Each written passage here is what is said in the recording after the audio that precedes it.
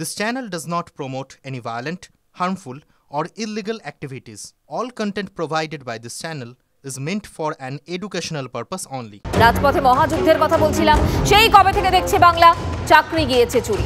একাত্রা নয়, সংখ্যাটা ভুরি ভুরি। আর আগে শুধু চাকরি প্রার্থীরাই লড়ছিলেন হকের চাকরি, তারা কবে পাবেন সেই প্রশ্ন তুলে। এবার চাকরি হারাদেরও পালা, তারাও তো পথে। জোরদার আন্দোলন, দাবি একটাই, যোগ্য হয়েও চাকরি গেছে তাদের, সেটা ফেরাতেই হবে।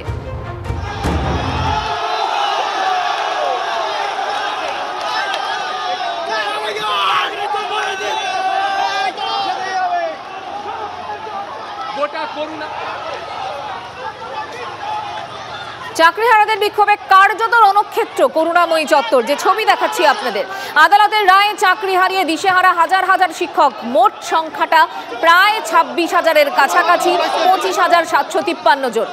এবার তাদের মধ্যেই প্রায় 5,000 চাকরিহারারা এদিন পথে নেমেছেন, অর্থাৎ এই করুণাময়ীতে। তাদের এসএসসি ভবন অভিযান ঘিরেই ধুন্ধুমার পরিস্থিতি। আজ বিক্ষোভ দেখান 2016 সালের এসএসসি প্যানেল বাতিলের সিদ্ধান্তে যারা চাকরি হারিয়েছেন তারা। রাস্তাতেই ব্যারিকেড করে তাদের আটকে দেওয়া হয়, ব্যারিকেড ভেঙে ঢোকার চেষ্টা করেন তারা, তুল কালাম বেঁধে যায়। তার মধ্যেই আমাদের ক্যামেরায় ধরা পড়লো আর এক ছবি, চাকরি গেছে তাদের। এবার কি হবে এই প্রশ্নটা কুড়িয়ে কুড়িয়ে খাচ্ছে এই মুহূর্তে, প্রতি মুহূর্তে।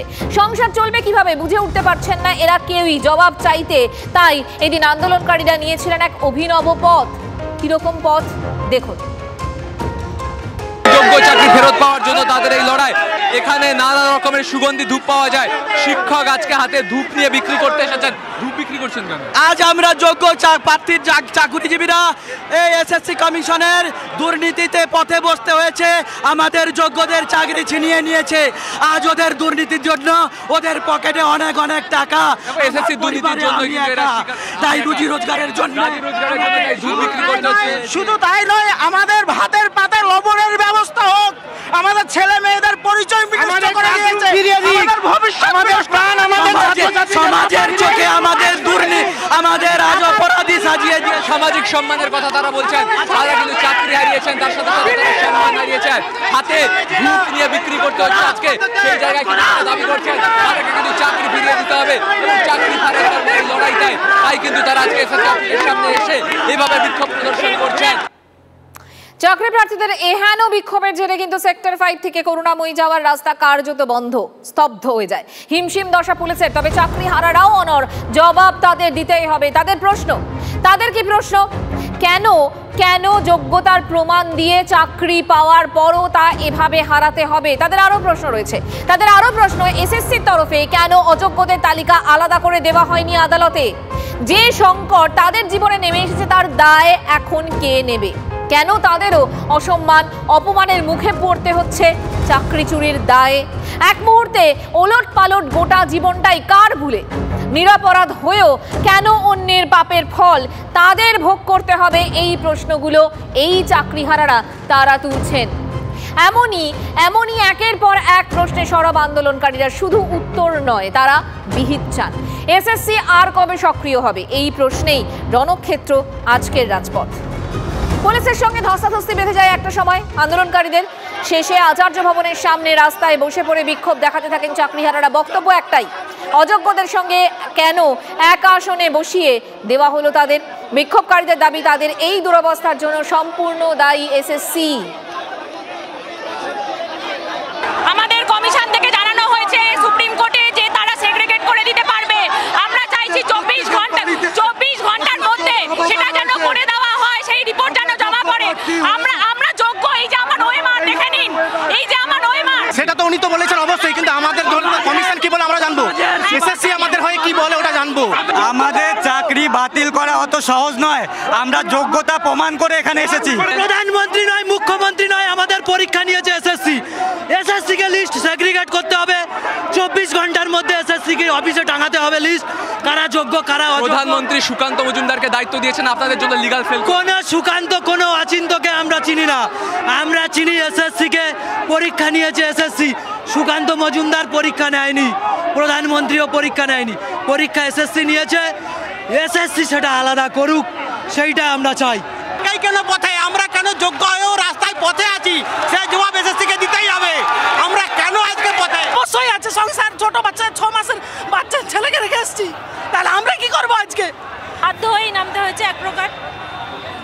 সেই জন্যই চাইছি এসএসসি থেকে আমাদের যোগ্যদের লিস্টটা যেন অতি সত্বর দেওয়া হয়। আমাদের পাশে উনি যেন থাকেন এটাই কামনা করি, কারণ আজ আমরা চাকরিহারা। সত্যি কথা বলতে আমরা অনেকেই আছি এরকম ব্যক্তি যারা 13 বছর 14 বছর অন্যান্য সার্ভিস করার পর নিজেদের যোগ্যতা প্রমাণ দিয়ে এখানে এসেছি। আমরা প্রত্যেকের যোগ্য প্রার্থী আজকে এসএসসিকে দাবি জানাতে এসেছি যে যাতে করে যোগ্য অযোগ্য লিস্ট তারা অবিলম্বে প্রকাশ করে।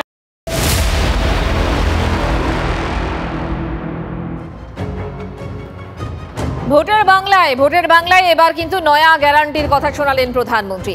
রাজ্যে প্রচারে এসে তার গলায় চাকরি প্রার্থীদের কথা, তাদের পাশে থাকার বার্তা। তবে সেখানেই না থেমে এবার কিন্তু তৃণমূলের চাপ আরও বাড়ানোর দাওয়াই দিয়ে গেলেন নরেন্দ্র মোদী। স্কুল সার্ভিস কমিশনের 25,753 জনের চাকরি বাতিলের নির্দেশ দিয়েছে কলকাতা হাইকোর্ট। আর সেই নির্দেশকে চ্যালেঞ্জ করে ইতিমধ্যেই সুপ্রিম কোর্টে গেছে রাজ্য এসএসসি, মধ্যশিক্ষা পর্ষদ আর চাকরিহারাদের একাংশ। যদিও এখনো পর্যন্ত স্থগিতাদেশ পাওয়া যায়নি।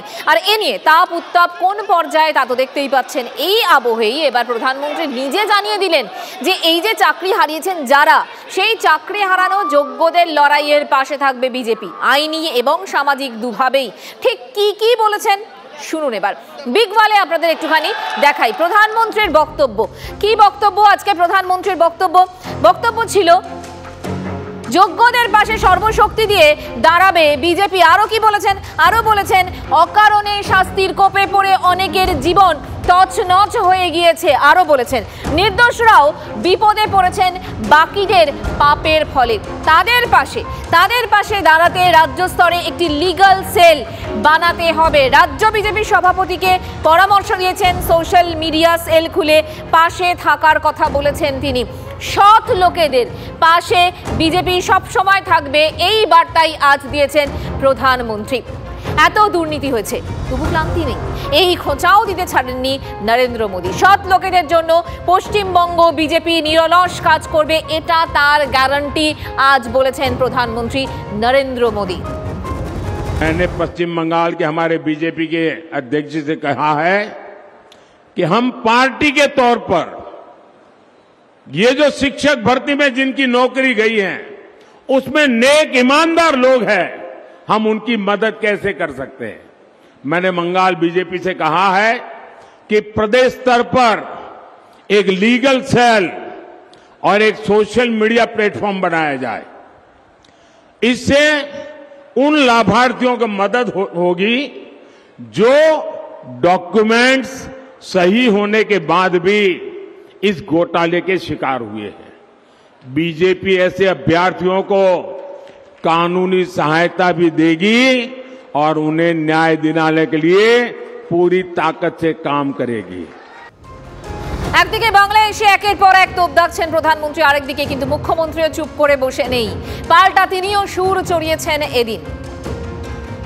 আজকে ইলেকশনে ভোট পাওয়ার দরকার, তাই এতদিন বাদে 8 দিন হবার পরে আমরা কোর্টে কেস লড়ছি। স্টেট গভর্নমেন্ট অলরেডি কোর্টে উকিল দিয়েছে, এডুকেশন ডিপার্টমেন্টও দিয়েছে, ছাত্রছাত্রীরাও লড়ছে। আমরা শিক্ষক শিক্ষিকাদের চাকরি খেতে দেব না, জীবন দিয়েও লড়াই করব, আমি প্রথম দিন থেকে আপনাদের বলেছি। তৃণমূল বিজেপির সম্মুখ সমর একেই বলে, দুপক্ষই আক্রমণের শান দিতে ব্যস্ত। আর এর মধ্যে প্রধানমন্ত্রীর নির্দেশের পর রীতিমতো তেড়ে ফুরে আসরে বঙ্গ বিজেপি।